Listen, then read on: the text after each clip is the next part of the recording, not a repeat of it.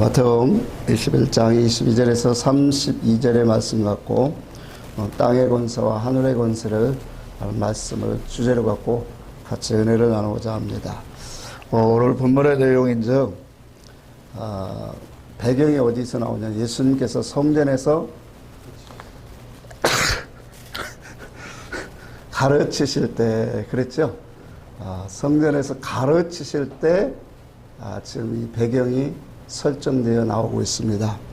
여기에 보니까 예수님께서 성전에서 가르치실 때 대제사장들과 백성의 장로들이 나와 예수님 앞에 묻습니다. 당신은 무슨 권세로 이와 같은, 물론 우리 새 성경은 무슨 권위라 그랬죠. 옛날 성경은 권세라, 이게 권세가 더 훨씬 나은 것 같아서 무슨 권세로 당신은 일하느냐 라는 질문을 받게 되었을 때 예수님께서 그 질문에 이어서 대질문을 그들에게 던집니다. 나도 너에게 하나 물으려니 요한의 세례가 어디로부터 왔느냐, 하늘로서 왔느냐 아니면 땅으로서 사람에게서 왔느냐라고 예수님께서 그들에게 대질문을 합니다. 그랬더니 그들이 서로 공송성하며 의논하기를 답을 못해요. 왜냐하면 요한의 세례가 이 하늘로 또 왔다라고 하는 것을 인정을 하면 너희는 왜 믿지 아니했느냐 할 것이고, 또 사람에게서 왔다라고 하면 당시의 세례 요한은 정말로 유대 백성들이 참 선지자로 여겼기 때문에 민요가 일어날까봐 그리하지 못하고 답을 하지 못하면서 우리가 알지 못하겠노라 그런 대답을 합니다. 그때 예수님이 나도 그러면 내가 무슨 권세로 이런 일을 하는지 너에게 이르지 아니하노라 하면서 이제 오늘 비유의 말씀을 또 주십니다.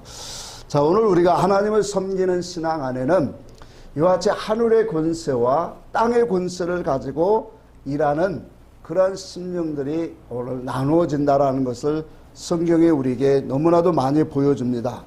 우리가 생각해 보면 예수를 믿는 우리 신앙생활이 모든 사람이 다 하늘의 권세를 가지고 일하고 싶고 땅의 권세를 가지고 일하고 싶은 사람은 하나도 없을 거예요. 왜? 신앙생활하면서 하늘의 권세, 하나님의 권세를 갖고 일하고 싶지 누가 땅의 권세, 사람의 권세를 갖고 일하고 싶은 사람이 있겠습니까? 자, 그런데 이 말씀을 우리가 좀 이해를 돕기 위해서 성경에 어떻게 기록이 되었는가를 우리는 잠시 살펴봐야 됩니다. 에스겔서 2장 한번 잠시 보고 갑시다. 구약성경 에스겔서 2장에 보면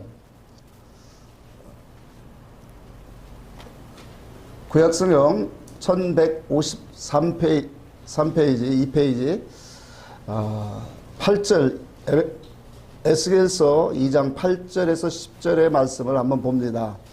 인자야, 내가 내게 이르는 말을 듣고 그 패역한 족속같이 패역하지 말고 내 입을 벌리고 내가 내게 주는 것을 먹으라 하시기로. 한번 구절같이 읽습니다. 시작. 내가 보니 보라 한 손이 나를 향하여 펴지고 보라 그 안에 두루마기 칙이 있더라. 그가 그것을 내 앞에 펴시니 그 안팎에 글이 있는데 그 위에 애가와 애곡과 죄악의 말이 기록되었더라. 자, 하나님께서 선지자 에스겔을 불러서 내가 너에게 주는 책을 먹으라 그래요. 그래서 앞을 본즉 책이 펴 있는데 여기 보니까 뭐라 했어요? 안팎에 글이 있는데 그 위에 그 쓴 글을 보니까 뭐래요? 애가와 애곡과 죄악의 말이더라 그렇게 말해요. 그래서 이 말씀에 보면 안팎으로 기록이 되어 있더라. 그러니까 하나님의 말씀을 주시는 그 책을 먹으라고 주는데 그 책에 쓰여진 그 글을 보니까 애가와 애곡과 이런 것들의 죄악의 글들이 있더라. 그러면 안팎으로 기록되어진 말씀 속에 요 재앙과 애곡과 이런 것들, 애가의 이 글들은 어디에 쓰여진 말일까요? 자, 안쪽이에요, 바깥쪽이에요? 예? 안팎으로 기록되었다라고 했으니까 지금 이 애가와 또 애곡과 재앙의 글들은 지금 어디에 써 있는 거예요? 그렇죠. 밖에, 겉에 표면적으로 성경이 그렇게 써 있는 것처럼 밖에 쓰여져 있는 거예요. 그러면 안에 있는, 지금 바깥에 하나님이 주신 그 말씀의 기록을 보니까 선지자에게 그 말씀을 먹이는 게 애가와 애곡과 재앙의 글들을 쓰여져 있어요. 그러면 안에 쓰여 있는 은밀계시의 말씀은 무엇일까요? 자, 바깥에는 분명히 이스라엘 백성들을 향한 애가와 애곡과 재앙의 말들이 기록되어 있어요. 그러면 바깥에 표면적으로 이러한 성경이 기록되어 있는데 안에 있는 말씀은 뭘까요? 우리는 상상할 수 있잖아요. 그러니까 안에 있는, 안팎으로 기록되어야 되는데 성경이 바깥에만 이렇게 있고 안에 또 있다, 이런 의미가 아니란 말이에요, 성경은. 그러니까 기록된 말씀이 겉의 말씀이고 안에 기록된 것은 무슨 내용일까요? 자, 보세요. 겉으로는 하나님의 재앙과 그리고 그거에 대한 고통, 이런 지금, 그러니까 하나님의 노하심으로 인해서 이스라엘을 심판하고 책망하겠다는 그 내용들이 겉으로 기록되어 있어요. 그럼 그 안에는 어떤 마음을 갖고 기록하였을까? 자, 우리가 자식을 혼내켜요. 자식을 부모가 혼내키는데 자식이 잘못해서 막 혼내키면 막 화가 나갖고 부모도 화가 나고 나가 뒤져라 어떤 때는 하고 심하게 얘기를 해요. 근데 나가라 할 때 너 나가서 살아. 그러면 그게 진정으로 나가서 살으라는 얘기예요? 아니면 좀 깨달아라. 이놈아 깨닫고 좀 돌이켜라. 그런 소리일까요? 네? 부모의 마음은 그거 있나요? 그런 거예요. 그러니까 겉으로는 하나님의 겉에 쓰여진 말씀은 애가와 애곡과 재앙의 말이지만 그 속으로 들어가면 우리를 향하신 하나님의 간절한 마음이 거기에 담겨져 있단 말이에요. 그건 뭐예요? 회개하고 돌이켜라. 하나님께로 너희들의 마음을 좀 돌이켜라. 그런 마음이 그 안에는 은밀계시적으로 있다라는 거예요.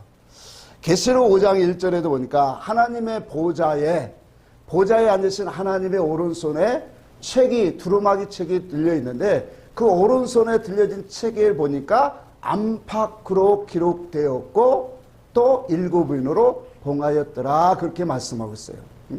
자, 이렇게 성경은 안팎으로 기록되어졌다라는 거예요. 그러면 이 안과 밖을 우리는 말씀을 다 볼 수 있는 영혼이 되어야 돼요. 그래서 바깥으로 기록된 것이 뭐냐면 역사와 사건으로 기록된 우리에게 주신 성경이에요. 그리고 비유와 상징으로 주신 말씀들이 전부 다. 그러니까 통틀어 말하면 우리가 가지고 있는 성경이 전부 다 뭐냐면 바깥으로 기록한 거예요. 그럼 그 안에는 하나님이 우리에게 주시고자 하는 은밀계시, 하나님의 소원과 마음과 의사성을 담은 그런 안쪽에 기록된 말씀이 영의 뜻이요 하늘의 것이라는 거예요. 자, 한번 생각해 봅시다. 우리가 말씀이 이렇게 두 구절만 딱 따갖고 요 두 구절에만 성경이 안팎으로 기록되었을까요? 그렇지 않지요. 모든 성경은 다 뭐예요? 안팎으로 기록되었어요. 그래서 그 안에 있는 것은 은밀계시요, 영적인 계시요, 하나님의 우리를 향하신 그 소원 목적을 기록하고 있는 거예요. 그러니까 겉으로 보면 사건이요, 역사이요, 전쟁이요, 또 나무 얘기요, 농사 짓는 얘기요, 이런 많은 얘기들이 우리에게 주어지지만 이것들이 전부 다 뭐예요? 다 비유와 상징이다 말이에요. 마태복음 13장에 나오는 그 천국의 비유만 비유가 아니라 모든 것이 다 이와 같이 비유와 상징으로 우리에게 주셨다라는 거예요. 자, 그렇다면 이와 같은 이 글들이 전부 다 이와 같이 수본으로 가려져 있더란 말이에요. 역사로 가려져 있고 사건으로 가려져 있고 비유와 상징으로 가려져 있고, 이것을 한마디로 수본이라고 하는 것으로 다 말씀이 가려져 있더라 이거예요. 그래서 이것을 우리가 열어야, 수건을 벗어야, 우리가 고린도후서 3장에 그랬죠. 수건을 벗어야 우리가 그리스도를 본다 말이에요. 하나님의 그 역사하심을. 근데 그 수건이 언제 벗겨진다라고 했냐면 예수께로 가면, 기름 부음으로 우리가 가면 그때에서 벗겨지리라 그랬어요. 자, 그러면 기름 부음으로 예수께로 간다라고 하는 것은 무슨 말이에요? 기름 부음이라는 것은 그리스도께로 돌아간다는 것은 기름 부음이잖아요. 성령이 우리에게 역사하실 때, 주께로 돌아간다는 것은 주님의 말씀은 진리이기 때문에 진리의 말씀을 우리가 듣고 먹으면 거기서부터 뭐예요? 우리의 이 그늘지고 덮였던 그늘막이 떠나가고 우리의 수건들이 벗겨져서 그리스도의 말씀, 그 은밀적으로 우리에게 말씀하시는 의사적인 것들을 깨닫게 되어진다라는 것을 우리에게 말씀하는 거예요. 자, 이와 같은 과정을 겪어야만 오늘 우리는 반드시 뭐예요? 하나님의 음성, 하나님이 우리에게 하시고자 하는 영적인 은밀 계시를 듣게 되어진다라는 거예요. 그래서 자, 보세요. 하나님이 이와 같이 성경이라고 하는 이 가르치는 것을 통해서 하나님의 것을 우리에게 주시고 싶어서 성경을 기록했었어요. 하나님의 마음과 의사와 뜻과 목적과 우리를 향하신 그 모든 계획하심을 이 말씀 안에 다 담아서 하나님은 주시고 있어요. 근데 이 말씀이 아까도 말했지 겉과 안으로 기록되셨단 말이에요. 그러면 하나님의 것을 주는 일, 또 하나님의 그 일이 무엇인가를 우리에게 알 수 있도록 전달하고 가르치는 이 일이 얼마나 중요하느냐는 거예요. 중요할까요?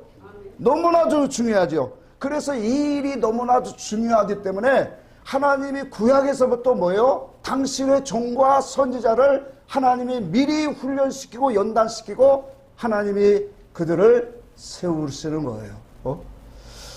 근데 이와 같은 중요한 일을 하라고 종과 선지자를 세웠는데 중요한 건 이거예요. 하나님의 은밀 계시를 보지 못한다는 거예요. 그러니까 하나님의 종과 선지자를 통해서 당신의 그러한 마음과 뜻과 하나님의 행하시는 것들을 우리에게 나타내시고 하나님이 그 어떤 분인가를 그분의 뜻과 목적을 분명히 드러내기를 위해서 하나님은 네이 지파를 세우셨고 거기에 또 종과 선지자를 오늘날도 목사를 세우고 있더라는 거예요. 이 일이 너무 중요하기 때문에 세상이 그 어떤 일보다 너무 중요하기 때문에 그래서 이 일을 거룩하게 하셨다. 구약의 수없는 많은 제사장들의 사역을 통해서 그와 같은 일들을 구별하고 하나님이 거룩하게 지명하신 거예요. 근데 마태복음 우리가 23장 다시 보고 합시다. 마태복음 23장 봅시다. 13절 한번 봅시다. 마태복음 23장 13절 14절은 없으니까 15절 같이 보십니다. 시작. 화 있을진저 외식하는 서기관들과 바리새인들이여 너희는 천국문을 사람들 앞에 닫고 너희도 들어가지 않고 들어가려 하는 자도 들어가지 못하게. 아멘. 자, 여기 봅시다. 천국문을 뭐하고 있다고 했어요? 닫고 있다 그렇게 말하고 있어요. 그러니까 하나님의 당신의 네이 지파들을 하나님의 장로들을 세우신 목적은 이 천국문을 뭐예요? 활짝 열어서 하나님의 나라, 하나님의 하시는 그 의로운 일들을, 선한 일들을 드러내기를 원하시는 거예요. 그래서 모든 말씀 속에는 하나님, 아까도 그랬죠. 제사와 성전 건축과 하나님을 섬기는 모든 예법 속에는 은밀 계시가 있다. 그 은밀 계시는 결과적으로 우리의 영혼을 하나님께로 온전하게 드려질 수 있는, 깨끗하게 하는 그런 영의 하늘의 말씀이더라 말이에요. 근데 이것을 깨달아서 영혼들에게 가르치고 증거하고 바른 영혼들로 자기도 가고 다른 영혼들도 그렇게 가라고 세워주셨건만 여기 보니까 천국문을 닫고 있대요.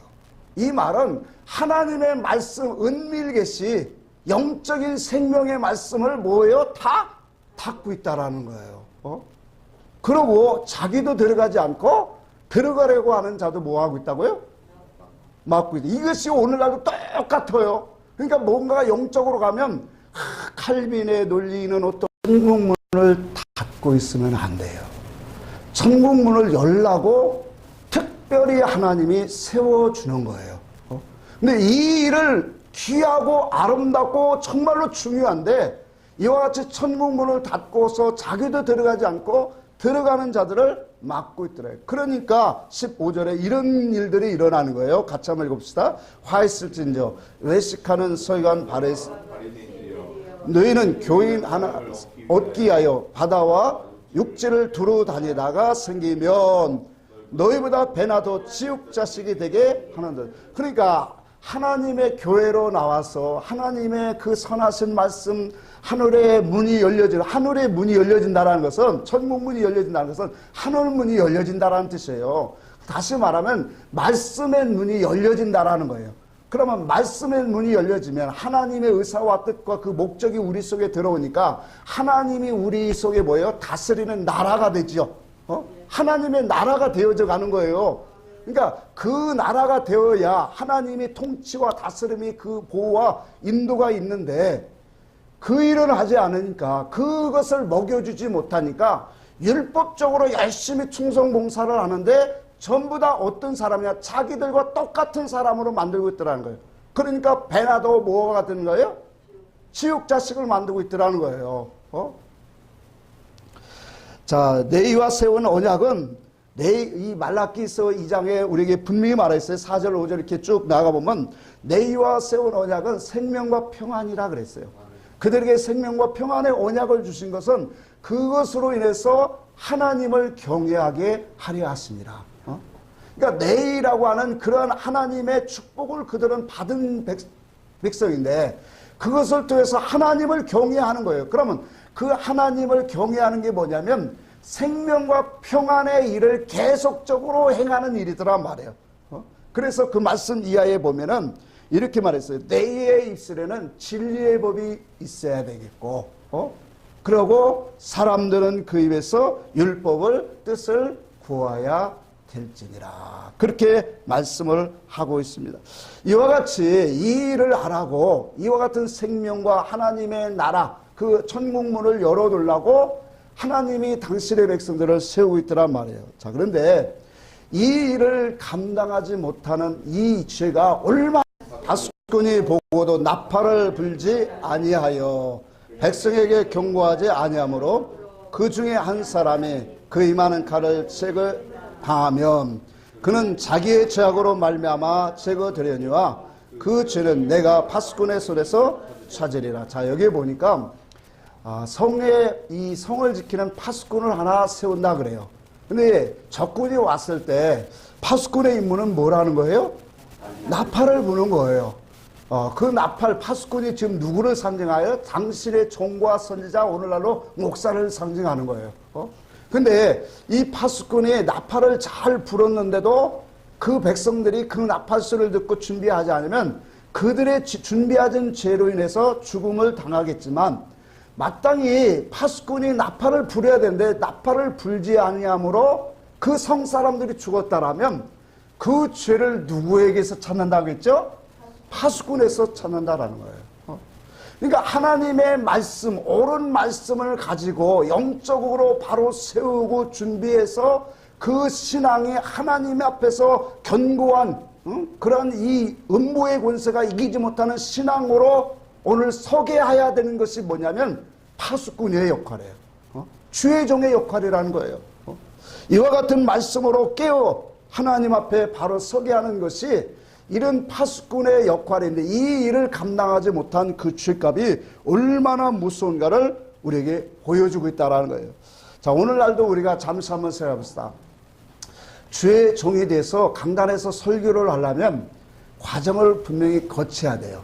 오늘날도 신학이라는 과정을 하고 신대원을 통해서 또 노예의 인적 검사를 마쳐서 이제 모든 것이 다 합격이 되어야만 안수를 받게 되죠. 그 안수를 받으면 노예와 교회와 성도들 앞에서 이제 주의 종이라고 하는 또 설교를 할 수 있는 그러한 이 자격을 받게 되어져요. 자, 그런데 한번 생각해 봅시다.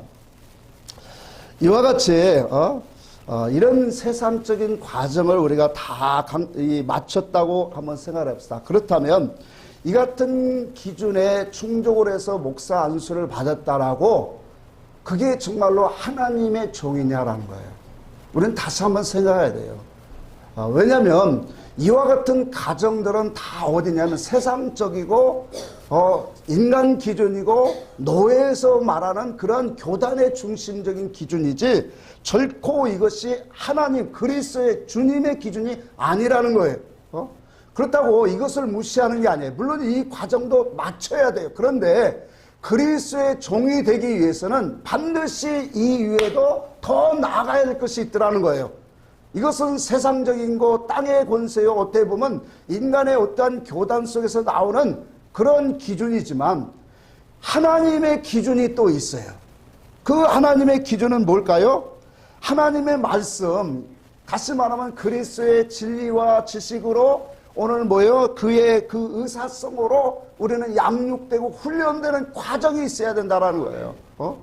그러니까 하나님의 지식을 가지고 하나님의 지혜와 하나님의 마음과 사상을 갖는 그런 훈련을 통해서 뭐예요? 그리스도와 연합되어지는 사람이 되어야만 그 사람이 누구가 되는 거예요? 그리스도의 종이 되어지는 거예요. 아멘. 당연한 거지요. 아까도 그랬죠. 하나님의 말씀은 안팎으로 기록되어 있다. 바깥에 있는 것은 사건이요 역사요 비유와 상징으로 우리에게 수없이 많은 내용들로 기록되어 있어요. 그러나 이 세상의 신학이라고 하는 그 기준은 사람과 인간의 학문으로 나온 것들은 전부 다 뭐예요? 이 세상의 통용 문자, 겉에 있는 그런 이 의문의 문자로 말씀을 우리가 이해하고 깨닫고 오늘 보는 수준이더란 말이에요. 그러면 예수 그리스도의 말씀, 하나님의 음성은 하늘의 것이고 만물 위로부터 난 것이라고 했죠? 만물 위로부터 난 것이니 이 만물 위로부터 난 것은 하늘의 것이고 영의 것이다 말이에요. 그래서 진리다 말이에요. 그러면 예수님의 이 진리의 말씀으로 우리가 새겨지고 예수님이 주시는 말씀 속에 모퉁이돌을 가져야만 그때로서부터 뭐예요? 하나님의 은밀계시 속에 있는 안에 기록된 말씀들을 그제야 볼 수 있는 그 실력이 되어진단 말이에요. 그래서 성경에 보면 모퉁이돌이 나오잖아요. 그 모퉁이돌은 하나님의 중심적인 말씀의 해석의 신앙 사상을 말하는 거예요. 진리 지식을 말해요. 그 모퉁이돌을 다 뭐예요? 버렸다라고 하잖아요. 우리는 예수 그리스도의 진리 지식을 통해서 하나님의 모퉁이돌을 다 가지고 있어야 돼. 이것이 뭐냐면 진리의 지식으로 하나님 앞에 우리가 양육되어지고 오늘 연단을 통해서 우리 속에 그리스도의 지혜와 지식과 사상으로 만들어져 가는 거예요. 예수님도 그냥 제자들을 그냥 단순히 뽑으신 게 아니에요. 뽑아갖고 3년 동안 뭐예요? 그들을 데리고 다니면서 계속적으로 말씀을 주시고 또 기사와 표적을 통해서 영적인 것들을 그들에게 나중에 깨달을 것을 알고 주셨어요. 그러고 또 기록하는 그런 일도 많이 있었겠죠, 제자들이. 그런데 제자들이 3년 동안 들은 것들이 이제 성령이 오셔서 진리의 성령이 들어오시니까 그 행했던 것들이 뭐예요? 그림처럼 다 지나가면서 그 속에서 행한 일들이 육신적으로 주님이 단순히 기사와 이적을 행하고 이러한 일들을 행한 것이 아니구나 깨닫기 시작하는 거예요. 그것이 바로 뭐냐면 하늘문이 열려지는 거예요. 성경이 열려지는 거예요. 예수 그리스도의 음성이 열려지는 거예요. 단순히 육적이고 세상적이고 사람을 인본주의 어떤 이 불쌍한 영혼들을 건져주시는 그런 차원이 아니라 하나님의 의와 뜻과 계시와 우리의 영적인 구원의 이치를 드러내시는 모든 말씀이 초점이 거기에 들어있었구나. 지금 누구의 말씀이 그렇다는 거예요? 예수님의 말씀이 그렇다는 거예요. 그러니까 그들도 성경에 보면 예수님이 십자가에 죽으시고 부활하기 전까지는 이 말씀이 도대체 무슨 뜻인지 이해를 못했어요. 근데 성령이 오시니까 그 말씀이 이제는 뭐예요? 주님의 말씀이 다 영이요 생명이었더라. 아멘?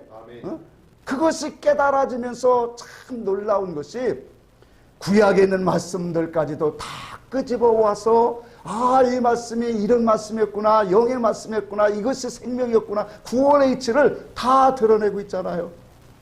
참 놀라워요. 구약에 전혀 나타나지 않았던 그 일들을 사도들이 끄집어내서 이것이 이런 뜻이다라고 얘기해요. 왜 그럴까요? 예수님으로부터 들으신 말씀, 그 예수의 그 말씀이 듣고 성령으로, 그래서 물과 성령으로 거듭나니까 이제는 뭐예요? 예수님의 말씀이 깨달아지더라. 하나님이 행하시는 일들이 무엇인가를 보게 되더라. 그러면서 그동안까지는 이와 같이 장로들과 백성들, 이 제사장들이 다 모퉁이들을 버렸는데 우리는 그 모퉁이들이 이제는 머릿돌에 의해서 그리스도를 보게 되더라.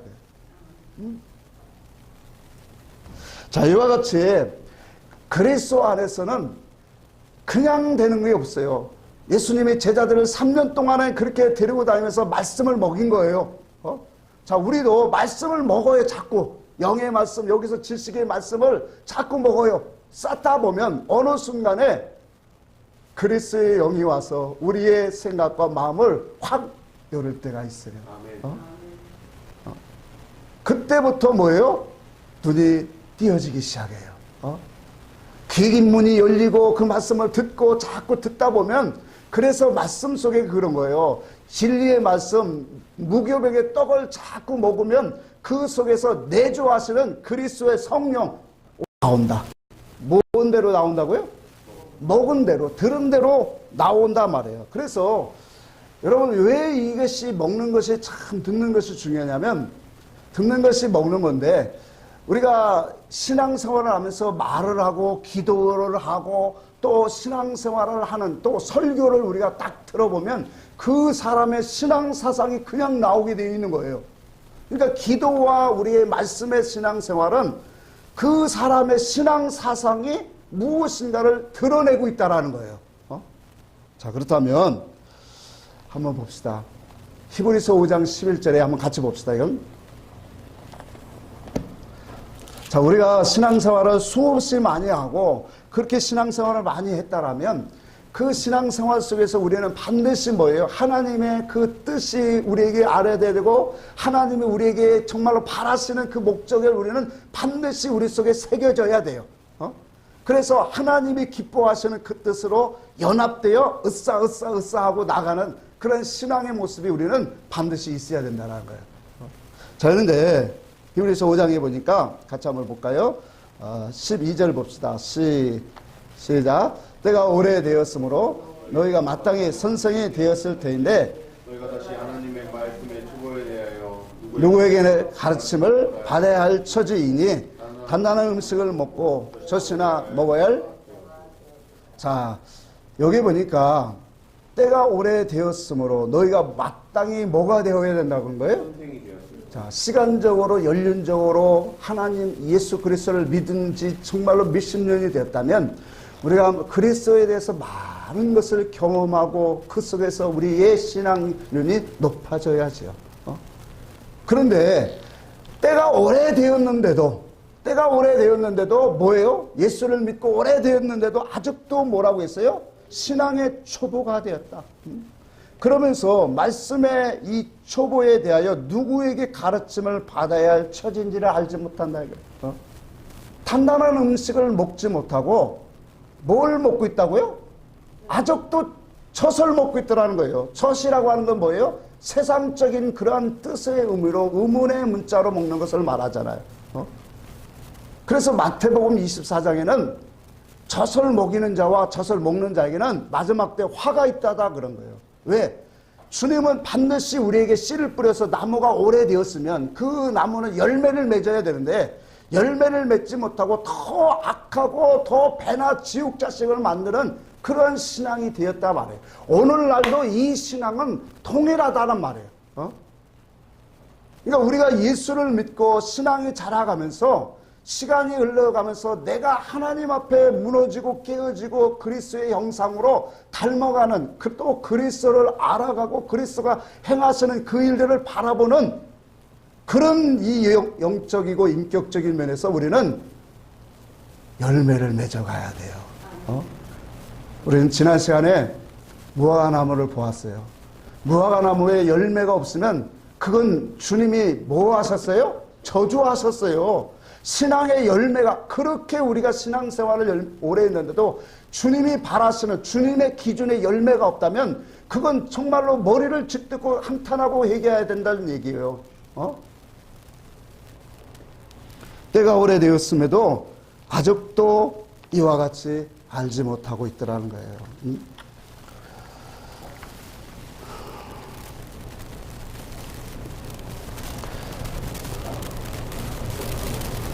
성경의 두 가지의 인물을 잠시 보고하고자 합니다. 요한복음 3장에 니고데모가 나와요. 니고데모가 밤에 예수께 찾아왔어요. 근데 밤에 예수께 찾아온 것은 물론 다른 사람의 시선도 있었겠지요. 그런데 중요한 것은 그 니고데모는 세상적인 당시의 권력과 지위와 모든 것의 지식을 다 갖춘 사람이에요. 근데 그래도 그 사람은 참 괜찮은 사람이에요. 멋있는 사람이에요. 그 사람이 예수께 온 것은 자기 어떤 유익이나 자기의 더 안위를 위해서 찾아온 것은 아니에요. 그러면서 당신은 하나님께로 온 선생님을 내가 아노라. 그러니까 예수가 행하시는 그 능력을 등에 업고 이스라엘 구원 운동을 같이 해보자고 나온 사람이에요. 근데 그런 이 니고데모를 향하여 주님은 거듭나라고 그렇게 말해요. 물과 성령으로 거듭나지 않으면 네가 하나님의 나라를 볼 수도 없고 들어갈 수도 없다. 이건 뭐냐면 네가 하나님의 일을 하려고 하느냐? 아니라는 거예요. 그 방향성이 아니라는 거예요. 또 한 사건은 요한복음 6장에 있는 말씀이에요. 요한복음 6장의 말씀이 27절 이하의 말씀 보니까 예수님을 정말로 바다 건너 이 곳까지 쫓아온 무리들에게 그래요. 너희는 나를 쫓는 것은 뭐라고 했어요? 떡을 구합니다 그랬어요. 그러니까 예수를 쫓는 것이 영적으로 하늘의 뜻과 신령한 것을 깨닫고 쫓아온 것이 아니라 떡을 먹고 배부른 까닭으로 쫓아왔도다. 그러면서 주님이 뭐예요? 썩지 아니할 양식을 이하여 일해라 그래요. 그러니까 사람들이 뭐라고 하냐면 우리가 어떻게 해야 하나님의 일을 하오이까? 그 말씀 속에 주님이 분명하게 답을 한 가지로 내린 게 뭐냐? 하늘에서 내린 떡, 곧 인자가 그 떡인데 그 떡을 먹는 것이라 그래요. 그래서 요한복음 6장으로 다시 한번 보고 갑시다. 말씀을 중간에 좀 상례하고 이 말씀으로 넘어갔더니 시간이 너무 길 것 같아서 한번 봅시다. 그래서 요한복음 6장의 52절부터 봅시다.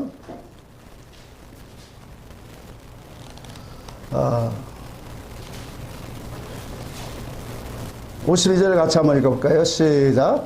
이러므로 유대인들이 서로 다투어 이르되 이 사람이 어찌 능히 자기 살을 우리에게 주어 먹게 하겠느냐. 예수께서 이르시되 내가 진실로 진실로 너에게 이르노니 인자의 살을 먹지 아니하고 인자의 피를 마시지 아니하면 너희 속에 생명이 없느니라. 자, 53절은 제가 있습니다. 내 살을 먹고 내 피를 마시는 자는 영생을 가졌고 마지막 날에 내가 그를 다시 살리리니 내 살은 참된 양식이요 내 피는 참된 음료로다. 내 살을 먹고 내 피를 마시는 자는 내 안에 거하고 나도 그 안에 거하나니 살아계신 하나님께서 나를 보내심에 내가 아버지로 말미암아 사는 것 같이 나를 먹는 그 사람도 나로 말미암아 살리라. 저기 보니까 자, 예수 그리스도 하나님의 일이 뭐냐? 하늘에서 내린 떡을 먹는 거래요. 그러니까 주님이 그러면서 35절에 나는 이 생명의 떡이 나다 그래요. 주님이다 그래요. 그러면서 주님의 떡이 뭐냐? 인자의 살이고 주님의 떡인데 54절에 보니까 인자의 살은 뭐예요? 참된 양식이다 그래요. 참된 말씀이다 그래요. 그러니까 주님의 말씀을 우리가 살과 피를 먹고 마시면 첫 번째가 뭐냐면 생명이 있고 영생이 있고 또 한 가지가 뭐냐면 그리스도가 내 안에 내가 그리스도 안에 거하는 것을 뭐하리라 그랬어요? 너희가 알리라 그래요. 그러니까 우리가 예수 그리스도의 말씀은 하늘의 말씀이고 진리의 말씀인데 그 말씀을 먹으면 뭐예요? 하나님을 알고 그리스도를 알게 되어지는 거예요. 또 그리스도가 우리 안에 계시는 것을 아는 거예요. 더 나가서 아버지께서 나를 보내서 내가 일하는 것처럼 나를 먹는 자는 나로 인하여 사는 것을 알리라, 그렇게 말해요. 그러니까 예수 그리스도의 말씀을 먹으면, 예수 그리스도의 말씀은 그리스도가 우리 안에서 오셔서 그리스도가 일하시는 것을 뭐 하겠다는 거예요? 알게 되고, 그리스도가 어떤 일을 했고 그분의 일하신 것 같이 너도 나로 인하여 살아가는 인생이 될 것이다. 사역적으로 어떤 예수를 위해서 열심히 충성봉사 그런 차원이 아니라 예수와 질과 사상으로 같은 그러한 신앙의 연합을 가는 그 길을 가게 될 것이다. 그렇게 말씀하는 거예요. 자, 그렇다면 한번 생각해봅시다. 이와 같은 것이 예수님이 우리에게 주시는 하나님의 일이고, 이것이 바로 뭐냐면 하늘의 권세라는 거예요. 예수님의 권세라는 거예요. 그러니까 주님이 하시는 이 일은 뭐예요? 지금 하늘의 권세, 예수의 권세는 이 하나님의 권세인데 영의 권세요, 진리의 권세를 갖고 지금 일하고 있다는 거예요. 자, 그런 반면에 대제사장과 장로들은 어떤 것일까요? 이들은 어떤 것으로 이와 같은 이 권세를 가지고 일을 했냐면 모세의 혈통, 율법을 의지하여 섰지요. 그래서 혈통적으로 그들은 네 지파에 섰는 자들이고, 그들이 혈통적으로 뭐예요? 모세 율법에 의하여 섰던 사람들이에요. 하나님이 그들을 통해서 아까도 얘기했지만 성전에서 섬기는 일, 제사하는 일, 모든 절기와 안식일, 이 모든 것들을 섬기고, 더 나가서 뭐예요? 하나님의 말씀을 자기들도 깨달아서 잘 가르치라고 하나님이 세운 자들이에요. 근데 이들이 하나님 천국문을 닫고 있다라고 했죠. 자, 봅시다. 자, 이와 같이 이들의 그 계명은 다 땅에 있어요. 의문에 속한 거잖아요.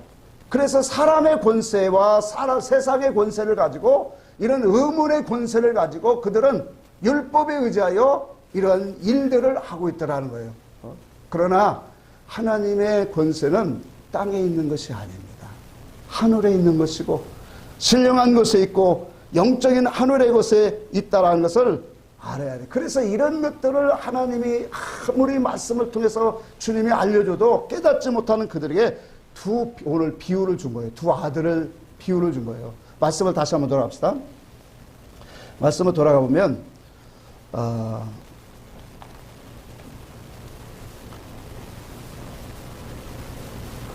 28절부터 봅니다. 너희 생각은 어떠하냐? 어떤 사람이 두 아들이 있는데 맏아들이 가서 이르되 오늘 포도원에 가서 일하라 하니 대답하여 뭐라고 했어요? 아버지 가겠나이다 하고 가지 않았고, 30절에 둘째 아들에게 가서 또 그와 같이 말하니 대답하여 이르되 실소이다 하였다가 그 후에 뉘우치고 갔으니. 자, 31절 읽읍시다. 그 둘 중에 누가 아버지의 뜻대로 하였느냐? 이르되 둘째 아들이니이다. 예수께서 그들에게 이르시되 내가 진실로 너에게 이르노니 세례들과 장례들이 너희보다 먼저 하나님 나라에 들어가리라. 자, 여기 보니까 예수님께서 그렇게 말을 해도 알아듣지 못하니까 두 비유를 들어서 두 형제에 대한 이야기를 하시는 거예요. 자, 이 말씀을 통해서 한번 봅시다. 첫째 그 아들에는 가겠습니다 하고 뭐예요? 가지 않았어요. 자, 이것이 뭐냐면 우리가 하나님의 말씀대로 살겠습니다 라고 고백한 것이 누구냐면 율법이에요. 구약의 백성들이에요. 그러고 하지 않았다라는 거예요. 그러니까 둘째 아들은 뭐라고 나냐면 실소이다 라고 하면서 뭐라고 여기에 말하고 있어요? 뉘우치고 갔으니 라고 하는 거예요. 여러분, 뉘우쳤다라는 것은 뭘 말하냐면 깨달았다라는 거예요. 알았다라고 하는 거예요. 그럼 무엇을 깨달았을까요? 자, 무엇을 깨닫고 포도원으로 들어갔다는 거예요? 하나님의 뜻, 선한 일, 아버지의 그 뜻을 깨닫고, 아버지의 선을 깨닫고, 다시 말하면, 쉽게 말하면 포도원에 가서 일을 왜 해야 되는가를 깨닫고 지금 그 아들이 뉘우치고 들어갔다라는 거예요. 요 뉘우쳤다라는 요 말씀 속에는 하나님의 그 계시성, 의사성을 우리에게 드러내고 있다는. 그러면 오늘 우리가 보세요. 요 말씀은 표면적으로 뉘우치고 포도원에 간 그런 것이지만 이것을 영적으로 교훈적으로 우리가 살펴보면 지금 포도원에 갔다라는, 뉘우치고 갔다라는 것은 하나님이 우리를 부르신 뜻을 뭐 했다라는 거예요? 깨달았다라는 거예요. 하나님이 너를 이 땅에 왜 보내셨는가를 깨닫고 정말로 참된 일을 하려고 포도원으로 들어갔다라는 의미예요. 그러니까 율법으로는 그렇게 하겠다라고 해놓고 하지 않고 가지 않는 것이 율법의 신앙이고, 그런데 오늘날 이와 같이 예수 그리스도의 말씀을 듣고 뉘우치고 깨닫는 사람은 뭐예요? 하나님이 부르신 뜻이 무엇이고 아버지의 뜻이 무엇인지를 깨닫고 돌이켜서 포도원에 가서 이제는 그 일을 하는 사람이 되었다라는 거예요. 자, 그러니까 우리가 말씀을 문자의 뜻으로 우리가 묻고 들으면 어떤 일을 행할까요? 당연히 보이는 것을 일을 하죠. 보이는 것을 세우고 또 그것을 우리는 자꾸 자랑하고 세우는 일을 하겠죠. 그러니까 이 말씀의 의문의 문자로 보는 사람은 절대적으로 하나님이 기뻐하시는 뜻을 알지 못해요. 그 음성은 절대로 듣지 못해요. 계시의 음성은 절대로 발견할 수가 없어요. 그러니까 이 말은 뭐냐면 하나님이 기뻐하시는 신앙 안으로는 절대로 깨닫고 뉘우치고 들어올 수 없도다. 그런 결론이 나오는 거예요. 그래서 말씀을 영과 진리로 우리가 먹으면 그것이 하나님의 부르신 뜻과 목적을 우리가 깨달아서 하나님이 우리에게 당신의 아름다운 형상을 입혀갈 수 있는 그 신앙의 길로 우리를 세워가고 있다는 거예요. 이것이 바로 뭐냐면 땅의 권세와 하늘의 권세로 나눠지는 것이다라는 거예요. 그래서 우리는 무엇을 먹고 무엇을 듣느냐가 너무 중요하다라는 거예요. 왜? 그 듣고 먹는 것에서 우리의 신앙의 삶의 모든 이 사상이 나오기 때문에 그래요. 누가복음 18장 8절에 이하에 이렇게 나와요. 인자가 세상에 올 때 믿음을 보겠느냐, 그렇게 말해요. 이 믿음을 보겠느냐라고 하는 것은 네 믿음이 예수님의 기준으로 세워졌느냐, 다시 말하면 하늘의 권세를 가진 믿음이냐, 아니면 사람의 기준, 사람의 권세로 오늘 너희가 세워졌느냐, 그렇게 말씀을 하고 있어요. 중요한 것은 예수님의 권세는 진리의 권세예요. 그래서 이 권세는 신령한 집을 지어요. 예수님의 권세는 이와 같이 무너지지 아니하는 집을 지어지고 음부의 권세를 이기는 집이 되어지고 또 예수님의 권세는 뭐예요? 천국 문을 여는 권세고 천국 열쇠의 권세고 더 나아가서 대적의 문을 이기는 권세가 예수님의 권세 아니겠어요? 자, 중요한 것은 오늘 하늘에 이와 같은 이 진리의 말씀으로 우리가 먹고 마시면 그분이 우리 속에서 오셔서 우리를 이끌어 가시고 우리를 세워주시는 그날에는 예수님의 이 권세, 음부의 권세가 이기지 못하고 오늘 이 하늘문을 여는 권세, 이 모든 권세들이 다 우리 안에서 이루어지는 역사가 오더라는 거예요. 우리 안에서 뭐예요? 이와 같이 신령한 집을 지어지는 권세를 가지게 되고 음부의 권세가 이기지 못하는 대적의 문을 깨트리는 또한 뿐만 아니라 뭐예요? 천국 열쇠를 가지는 그런 권세를 우리도 뭐예요? 가지게 되어진다. 그래서 우리도 천국 열쇠, 천국 예수님의 권세를 가지고 하는 거예요. 자, 이 예수님의 권세가 이렇게 중요한 거예요. 근데 이 같은 권세를 모른다면, 자, 모르는 우리의 신앙생활이고 종과 선지자라면, 목사라면 오늘날 예수님 앞에 엎드리고 기도하고 또 예수님의 진리의 말씀 예수님 앞에 엎드려서 그의 진리의 음성을 듣기를 사모하고 기도해야 되죠. 이게 마땅한 거잖아요. 그래야 안 그래요? 그런데 이와 같이 마땅한데 그들은 뭐예요? 이와 같은 예수님이 가진 권세, 예수님의 그 말씀의 그 뜻이 하늘의 것이고 하늘문이 여는 것을, 그와 같은 것을 알지 못한다면 그분의 말씀 앞에 엎드리고 그 말씀을 듣기 원하고 사모해야 되는 마땅한데, 이와 같이 바리새인들과 장로들은 예수 앞에 엎드리지도 않아요. 간구하지도 않아요. 사모하지도 않아요. 이것이 오늘날도 같이 가고 있더라는 거예요. 자, 우리에게 예수 권세, 예수 하늘의 그 진리의 권세가 없다면 우리도 하나님 앞에 통곡을 해야 되고 엎드리고 정말로 하나님 앞에 간구해야 되는데 그의 말씀 앞에 엎드리지도 않고 기도하지도 않는 오늘날 이런 세대다 말해요. 그런 반면에 주님이 그랬어요. 여기 보니까 세리와 창녀들은 어떻게 했어요? 그들은 그 시대에 정말로 무익하고 죄 많은 사람이고 이 사람들 앞에 정말로 볼 가치 없는 그런 사람들이었지만 이들은 예수의 말씀 앞에 엎드렸어요. 예수의 발 앞에 엎드리고 예수 앞에 죄인임을 고백했어요.